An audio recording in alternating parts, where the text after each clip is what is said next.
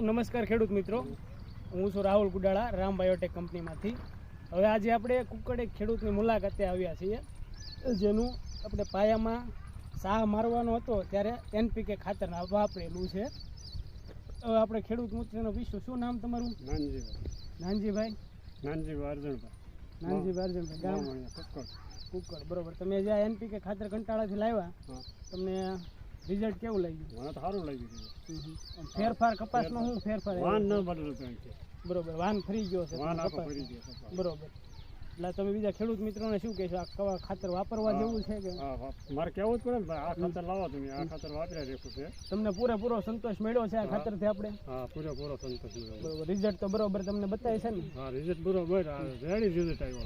આ બીજા ખેડૂત મિત્રોને વાપરવું જોઈએ કે ના વાપરવું જોઈએ? વાપરવું જોઈએ ને, આ વપરાય ને.